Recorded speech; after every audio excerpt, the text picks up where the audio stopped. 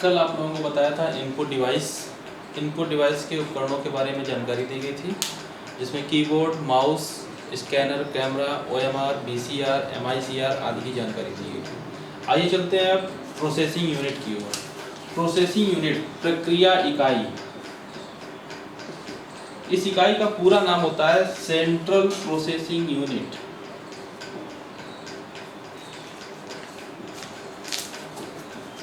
केंद्रीय प्रक्रिया इकाई। जैसा कि आप लोगों को बताया था, इसको 3 भागों में बांटा गया है, ALU, CU और MU। ALU का फुल फॉर्म होता है arithmetic logic unit.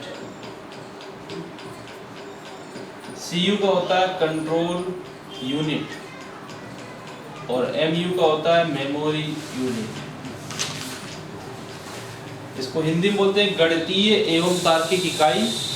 Control unit को नियंत्रक इकाई, मेमोरी यूनिट को संग्राहक इकाई। हमने आपको बताया था कि जो भी डाटा हम इनपुट डिवाइस से इनपुट करते हैं, कंट्रोल यूनिट अपनी पूरी निगरानी में उस डाटा को ALU के पास तक ले जाता है। ALU में उस डाटा से संबंधित प्रक्रिया होती है और पूरा निगरानी का जो कार्य करता है वो कंट्रोल यूनिट करता है। ALU में जैसी ही प्रक्रिया पूरी होती है, कंट्रोल यूनिट अपनी निगरानी में डाटा को मेमोरी यूनिट तक ले जाता है। मेमोरी यूनिट की 2 पार्ट में बांटा गया है, प्राइमरी मेमोरी और सेकेंडरी मेमोरी। अब प्राइमरी मेमोरी और सेकेंडरी मेमोरी में क्या फर्क है? जो भी डाटा हमें स्क्रीन पर दिखाई पड़ता है वो प्राइमरी मेमोरी की मदद से दिखाई पड़ता है। प्राइमरी मेमोरी में डाटा तब तक रहता है जब तक कंप्यूटर ऑन रहता है, और सेकेंडरी मेमोरी का मतलब जैसे ही हम डाटा को सेव कर देते हैं वो सेकेंडरी मेमोरी चला जाता है, जिसको हम स्थायी मेमोरी बोलते हैं। प्राइमरी मेमोरी को अस्थायी मेमोरी बोलते हैं। प्राइमरी मेमोरी अस्थायी मेमोरी और सेकेंडरी मेमोरी स्थायी मेमोरी कहलाती है।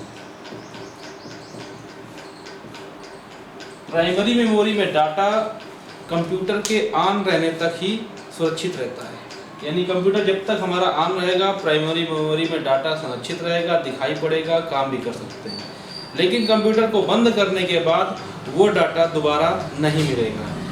और इसी तरीके से सेकेंडरी मेमोरी, यानी अगर प्राइमरी मेमोरी में जो डाटा दिख रहा है उसको यदि हम सेव कर दें तो वो सेकेंडरी मेमोरी में कन्वर्ट हो जाता है, और सेकेंडरी मेमोरी में संरक्षित किया गया डाटा कंप्यूटर को चाहे जितनी बार बंद करें, दोबारा ओपन करने पर वो पुनः प्राप्त हो जाता है।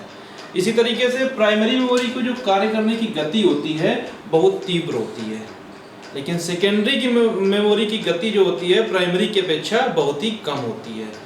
इसके बाद प्राइमरी मेमोरी को एक दूसरा नाम भी दिया गया है जिसको हम बोलते हैं वोलाटाइल मेमोरी, और सेकेंडरी को नाम दिया गया non volatile memory. Primary memory में यह सिलिकॉन की चिप से बनी होती है। जो प्राइमरी मेमोरी होती है वो सिलिकॉन की चिप से बनी होती है, और जो सेकेंडरी मेमोरी होती है ये चुंबकीय पदार्थ के बने हुए लेप की एक परत होती है जिसमें डाटा संरक्षित होता है। प्राइमरी मेमोरी के अंतर्गत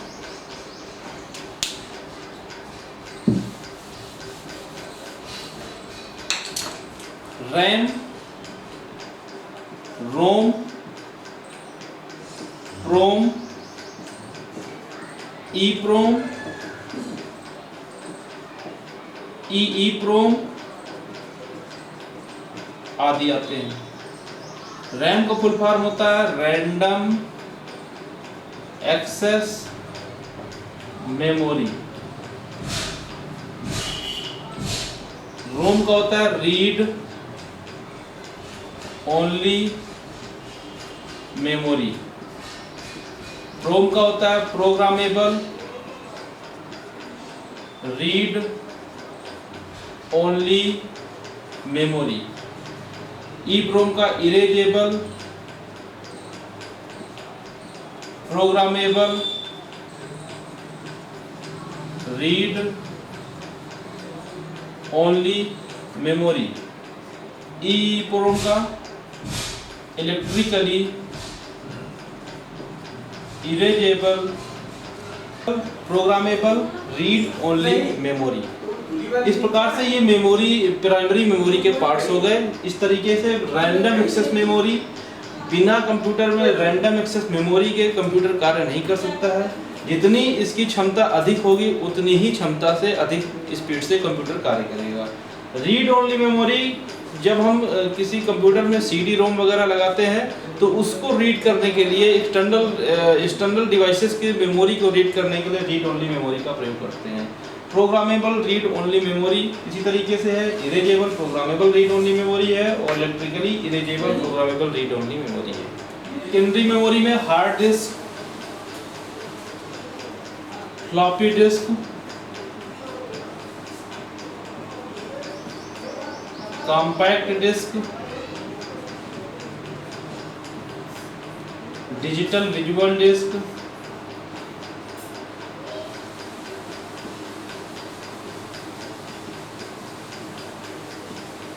इसी में आपकी मेमोरी चिप यानी एसडी कार्ड जिसको बोलते हैं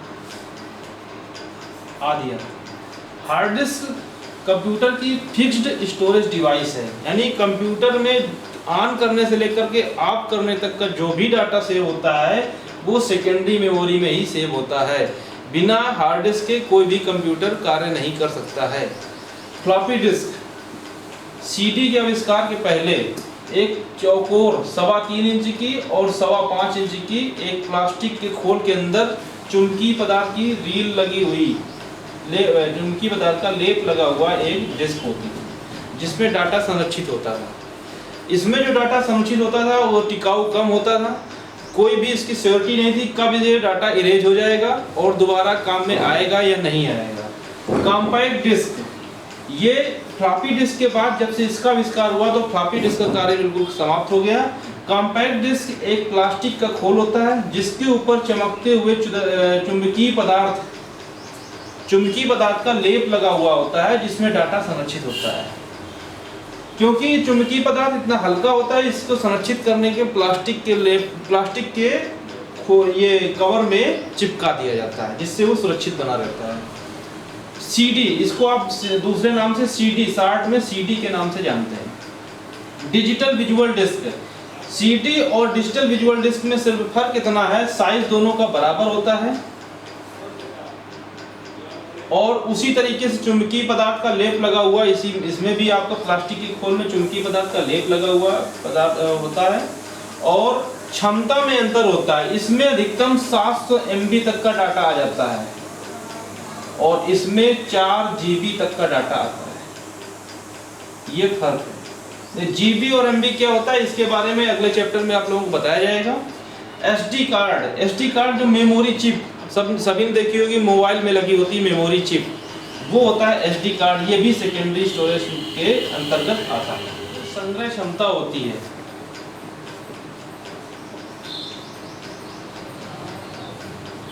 वो प्राइमरी मेमोरी की जो संग्रह क्षमता होती है 32 MB, 64 MB, 128 MB, 256 MB, 512 MB, 1 GB, 2 GB, 4 GB आदि होती है। अब जो सेकेंडरी मेमोरी की संग्रह क्षमता है, क्योंकि ये जो प्राइमरी मेमोरी की संग्रह क्षमता है ये सिर्फ मौके पर जब हम स्क्रीन पर देख रहे होते हैं उस समय काम आती है। सेकेंडरी मेमोरी में हमें डाटा सेव करना होता है। इसकी संग्रह क्षमता जो स्टार्टिंग शुरुआत हुई थी 40 GB, 80 GB, 150 GB, 250 GB, 500 GB, 1 TB, 2 TB, 3 TB, 4 TB आदि होती है। यानी इसमें जो डाटा सेव होता है इसमें जगह ज़्यादा आवश्यकता होती है, इसलिए इसकी स्टार्टिंग जब शुरुआत हुई तो 40 GB की हार्ड डिस्क आती थी सेकेंडरी स्टोरेज डिवाइस। फिर बढ़ते बढ़ते आज 4 TB तक का डाटा सेव करने के लिए हार्ड डिस्क